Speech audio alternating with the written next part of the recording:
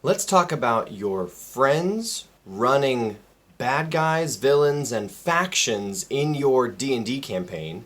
We're going to talk about why I have done this before, I've tried it and how it worked, why I decided never to do it again, and why I'm doing it again in my upcoming D&D campaign. Hey everybody, it's Nick. Sorry, no videos for the last week, but everything's been super busy over the summer here, and so I haven't really had time to get stuff out and didn't really feel passionate about any kind of topic, but this was something that I thought about recently, something that came up in my life, and so I just wanted to share my experiences with this with you folks and talk about some of my decisions and how they have changed in recent times as compared to where they sat previously. So what am I even talking about here? Well, there's something that Matt Colville has introduced, this idea of getting your real-life friends who are not players in your D&D game to run the bad guys or control factions for you. So, things going on in your D&D campaign, you go to this person after or outside the game and say, hey, so this is what happened recently in the world. How would your faction or your villain respond to this? What would you try to do?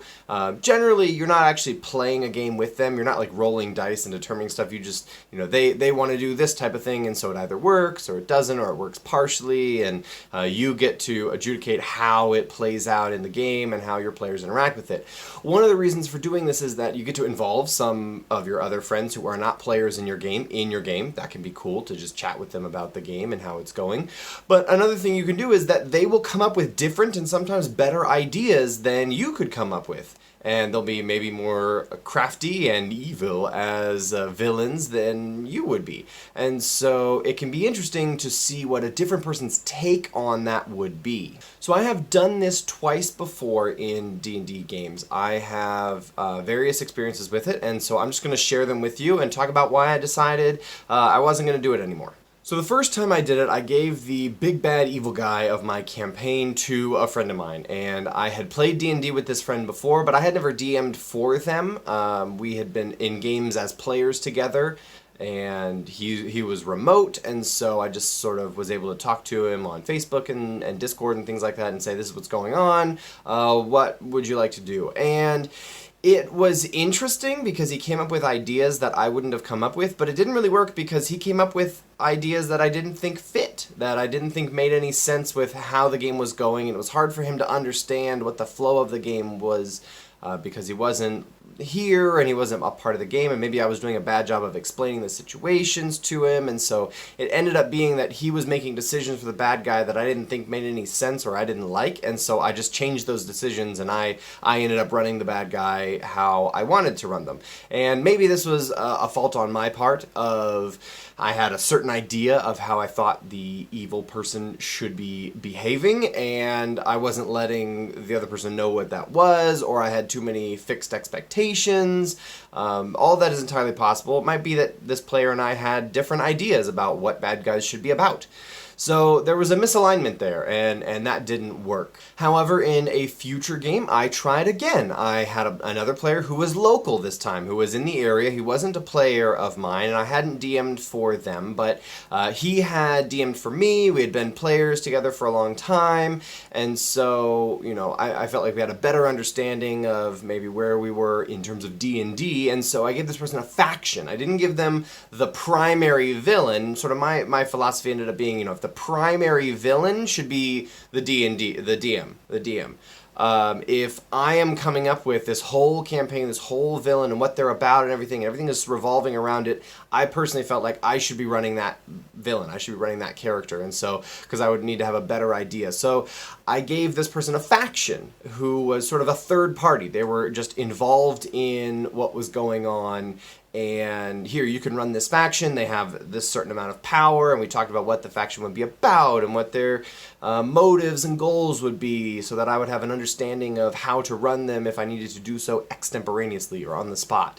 So that was more successful because I felt like it wasn't the primary villain, and this player and I were local, so it was easier to communicate about certain things. So that went better, but there was still an issue of it felt like a lot of work. It felt like a lot of work to relay everything to this person and what was going on, and what I was getting back were cool ideas, but I could have come up with my own cool ideas. So after those experiences, I opted not to do it anymore. I felt like it just wasn't worth the effort, and I wasn't getting great results from it. I know other people have had really cool situations. There's an entire subreddit that I will link in the description for pairing up with people online and getting them to run villains for you. So this is obviously a thing that people are doing and having success with. It just never worked for me. And so I decided I wasn't going to do it anymore. So in my upcoming D&D campaign, I'm doing it again, because I don't learn lessons apparently. No, I'm trying to do something a little bit different this time. I want to see if I can make this work. I want to see if I can involve people. So what I have done is I've set up a very different situation. There's going to be, the players are going to be working as the Special Forces team for an invading, conquering nation. And one of the factions they will be up against is a powerful adventuring guild in the nation that they are invading. Now, the nation that they are invading is where most of my campaigns have taken place over the previous years.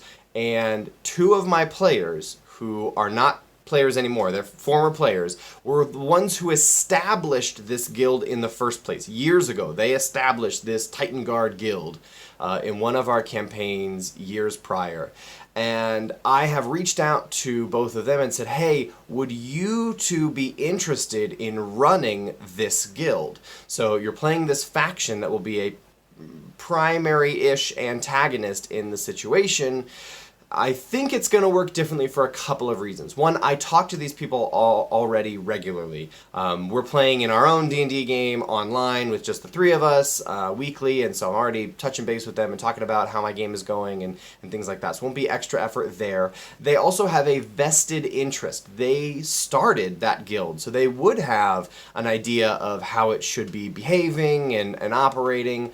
They also know who I am as a DM. They know how I typically do things. They've heard now my planning process because they have both DM'd and asked me for advice, and so they've heard my planning process and things like that. So I think that will make things a little bit different. They have this connection to the campaign, a history there, a desire to like build up and use this guild that they invented all those years ago. They're currently their player characters are dead because it's been 150 years in game, but they would be running new characters. Or actually, I'd probably just have them run the faction and just what would the faction try to do.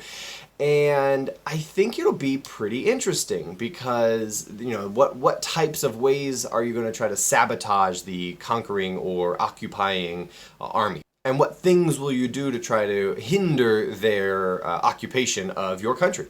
I think it'll be a little different than it has in the past, and maybe I'll have the ability to move the spotlight towards or away from them depending on how things go. But I'm interested in trying this again. I think that it is a cool idea that has potential. It just hasn't worked for me so far. And so I wanted to encourage anybody who hasn't tried this to maybe give it a shot and see how it goes for you. Maybe some of the pitfalls that I experienced you can avoid.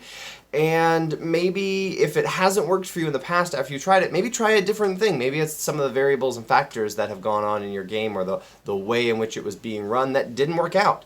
So I think it's something that's neat. I want to try it again. I want to see how it goes. I'll let you folks know how it is going as things happen and continue. So that's pretty much the end of the video here. Just sort of an update for anybody who cares at all about what's going on here. It's summer for me, so it is been pretty busy. I've been traveling a lot and going to various conferences and vacations and things like that. So my upload schedule is going to get a little more hectic. I'm also not playing or DMing D&D every week. So my campaign diaries, where I sort of tell you what's been going on and mistakes that I have made and lessons you can learn behind the scenes, behind the screen sort of a thing.